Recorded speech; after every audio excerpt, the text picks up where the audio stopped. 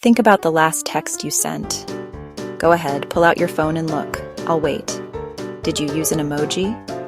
Chances are you probably did. Maybe it was a simple smiley face. Perhaps you sent a thumbs up. Or the crying, laughing face. Emojis are everywhere. They add color and emotion to black and white text conversations. They are the punctuation of the internet age. It's almost impossible to imagine our digital world without them. A message saying "I'm fine" can mean a million different things. I'm fine with a smiley feels friendly. I'm fine with an upside-down smiley hints at chaos beneath the surface. Emojis are our digital body language.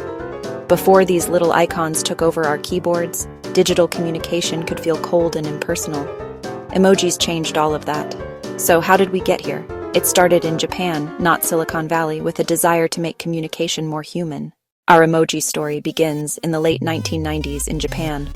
The creator, a man named Shigetaka Kurita, was working for a major Japanese mobile carrier called NTT Docomo. At the time, mobile internet was just starting to take off.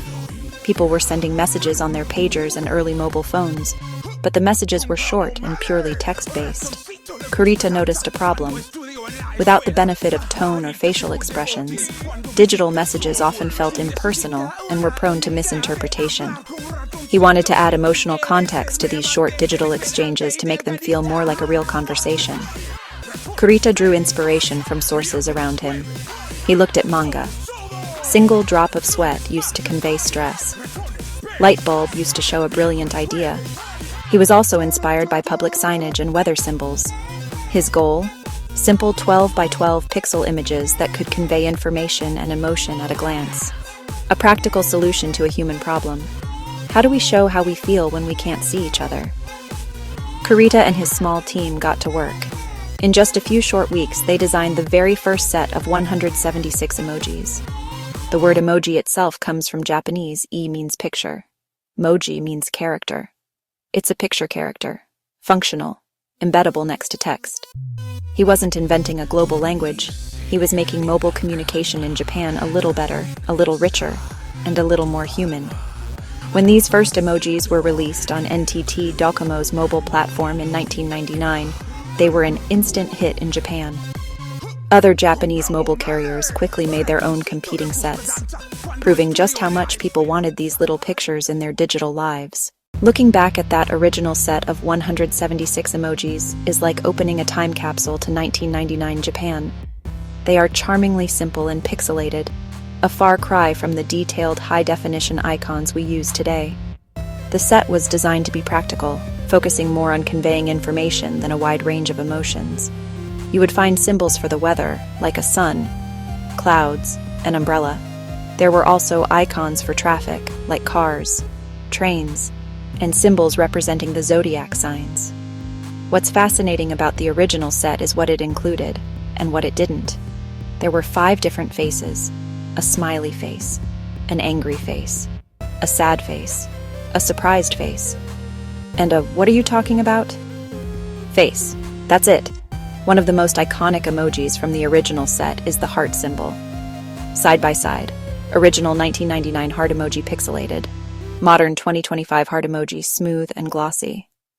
In Japanese culture, expressing love openly in words can sometimes be considered too direct or even embarrassing. The heart emoji provided a softer, more playful way to convey affection in a text message without having to type out "I love you." This is a perfect example of how emojis were designed to solve real-world communication challenges from the very beginning. For years, emojis remained a uniquely Japanese phenomenon. Different mobile carriers had their own sets. They weren't compatible with each other, let alone with devices overseas.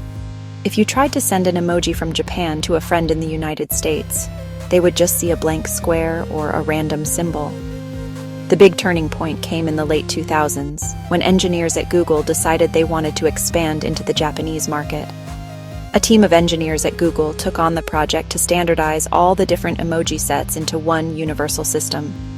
This effort led them to propose emojis for inclusion in the Unicode standard. Unicode makes sure text and symbols appear consistently across all computers and devices, no matter what country or language. It's the reason the letter A you type on an iPhone looks like an A on a Windows PC. In 2010, Unicode officially adopted a huge set of emojis, assigning a unique code to each one. That step allowed emojis to go global. Now, an emoji sent from any device appears correctly on any other device that supports Unicode. The real explosion in popularity happened in 2011, when Apple integrated an official emoji keyboard into iOS 5 for the iPhone. Initially hidden and intended only for Japan, tech-savvy users worldwide discovered how to enable it. Demand grew so huge that Apple made the emoji keyboard standard for everyone. Android followed suit, and billions of people suddenly had a colorful library of expressive icons at their fingertips. Emojis were no longer niche. They were a mainstream communication tool. They became the world's first truly digital global language. Today, people use emojis in incredibly creative and surprising ways that go far beyond their original purpose. For example, the skull emoji is rarely used for actual death. Instead, it signals I'm dying of laughter. The upside-down smiley is a master of passive aggression, sarcasm, and internal chaos while keeping a calm exterior. Emoji mashups create new meanings. This visual language helps with tricky social situations online. They act as social lubricants, smoothing conversation and reducing misinterpretation. Emojis have changed how we communicate. They've made chats richer, more nuanced, and a lot more fun. Tiny pictures broke down language barriers and connected us in new ways.